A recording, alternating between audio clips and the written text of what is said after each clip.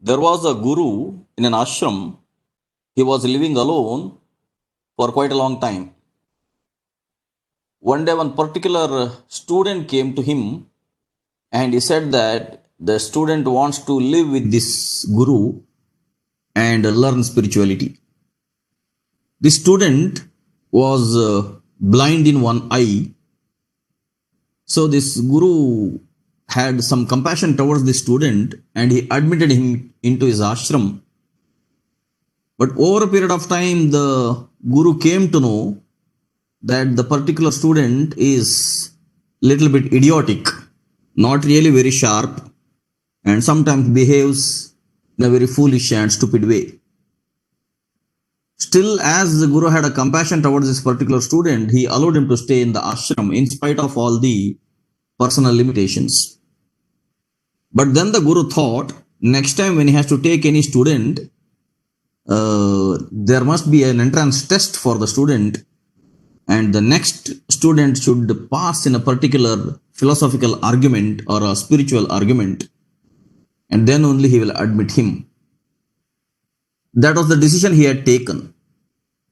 After about a few months, one new person came to take admission into the ashram so that he will pursue his path of spiritual learning along with this particular guru. But the guru had told him already that there is a entrance test and he has to come prepared for the entrance test. So this person said, okay, I will come prepared for the entrance test, and he went back. Within a week again he came back and he told that he is now ready for facing the entrance test. But on that particular day, this guru had some other visitors and the guru was really very busy in the ashram. So what did this guru tell was, I am really very busy today, you come some other day. Now that newcomer told, sir, I have come for the second time now, I am well prepared. Please take my test today. I want to know whether I will be admitted into your school or not. So Guru thought, okay, anyhow I have another student, let me tell my old student to take a test for this particular newcomer. And the Guru privately called the older student and he told him that that newcomer has come for the second time. Anyhow, I have to take a test for him, but I am busy with some other visitors. Today, you take a test for him. But this old student told, sir, you already know that I am a stupid fellow. How can I take a test to him? Now, Guru said, okay, let us go for one particular methodology where only if you talk, then people will come to know that you are stupid. You don't talk, you take a test in a different way. And the student asked, sir, how should I take a test in a different way? Then the Guru said, don't go for a verbal test, go for a visual test. Show some symbols, or you only ask him to start from his side, let him start a visual test. And gradually, as per your own intellectual level, keep on answering him or questioning him. Let us see what will happen. And this fellow agreed. And the student went to that particular newcomer and told him, look man, today we have visitors in the ashram. Even our guru is busy. Even I am also very busy. I don't have time to take a verbal test with you. So I am going to take a visual test. And the newcomer said, okay, that is fine. Then who will start? The student told to the newcomer, you start the test first because you came for admission. And the newcomer agreed. The newcomer first showed one extended forefinger. He simply extended forefinger from his right hand and he simply showed one finger. After a few seconds, the old student showed two fingers. The forefinger as well as the middle finger together he extended and he showed these two fingers. After a few seconds, the newcomer showed three fingers. Forefinger, middle finger as well as the ring finger. All the three fingers he extended and he showed three fingers. After a few seconds, the old student showed the fist with all the fingers closed. He showed a closed fist. Later on, the newcomer did not show anything. And the newcomer told, I am defeated in this particular test. And the newcomer went to the Guru and told, I have been defeated by your student in this test and I am going back as I cannot take admission into your ashram. Guru became really very curious. And the Guru asked him, tell me what happened. Now the newcomer told, sir, initially I showed one finger indicating that God is one. Universe is one. As universe is one, God has to be one. There cannot be multiple gods. If there are multiple gods, then again the question arises, if there are multiple gods, who again created those multiple gods? So, God has to be one. And God cannot be a human because this universe cannot be managed or maintained by any being or any living being as such. So God cannot be human.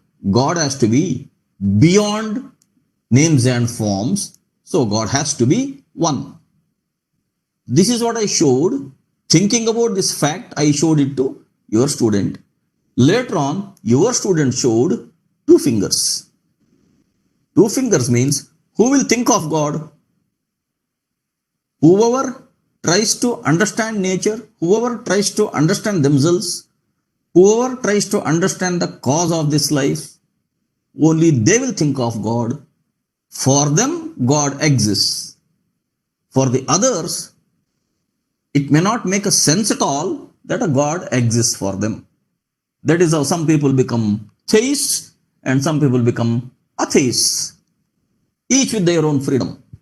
So your student showed two fingers indicating that God and the believers of God, gradually the believers of God will become devotees. Actually, whether somebody believes in God or not does not make a difference to God as such. Just like if fish says, I don't believe in water, or if fish says, I believe in water. In both ways, water will have no difference. Only the fish will have some difference in its quality of life. So when your student showed two fingers, that God and his devotees. Later on, I showed three fingers, indicating that how will the believers of God will obtain evidences about the God's working principles. How exactly God works and maintains life on this earth or anywhere in the universe also, how they will come to know? By means of the scriptures. Each theistic system, they will have their own holy set of books. And through those holy set of books, generations together, when people keep studying those holy books, they'll keep on getting more and more of knowledge about God's working principles. And they will become more and more convinced about their belief system. Those who do not study those books at all, they remain atheists as such. So I showed three fingers indicating that God is devotees and the scriptures. Finally, your student showed the fist indicating that it may be the set of books, it may be the number of devotees, it may be God as one, but ultimately it is God realization. God realization and self-realization are one and the same. That means once God is realized or oneself is realized, there is nothing else to realize. If at all the fish understands water, later on for the fish there is nothing else to understand because all the secrets of the fish are there already in the water. So once when any person gets self-realized, there is nothing more to understand for him as such. All the secrets of the universe will be revealed to the particular person, to the particular devotee. So this is nothing but God realization, which is also self-realization.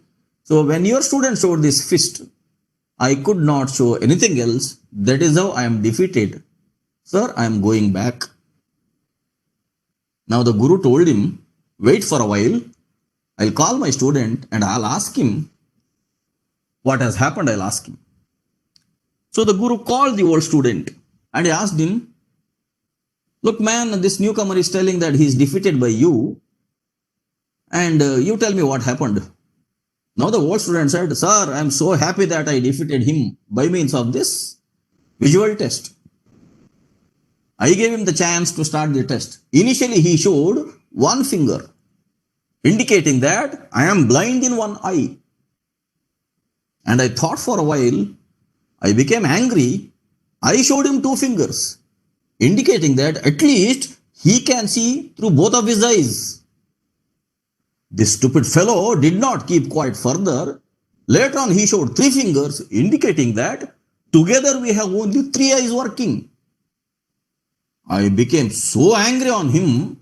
I showed him the fist and I showed him that I am going to punch you in one of your eyes. I am going to make you blind now, so that you and me will have only one eye each. So this fellow came to understand my gesture and became afraid of me, and he kept quiet, and that is how I won over him.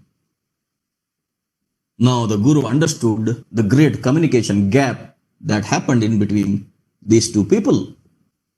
And the Guru admitted the newcomer, because Guru came to know who actually is the winner. So this story is a very beautiful story indicating the communication gap. T.S. Eliot has told a very beautiful sentence that between the intention and the comprehension lies the shadow. Larger the shadow, more is the gap. So as much as possible in any communication, the two sides should not allow for any gap or any misunderstanding or any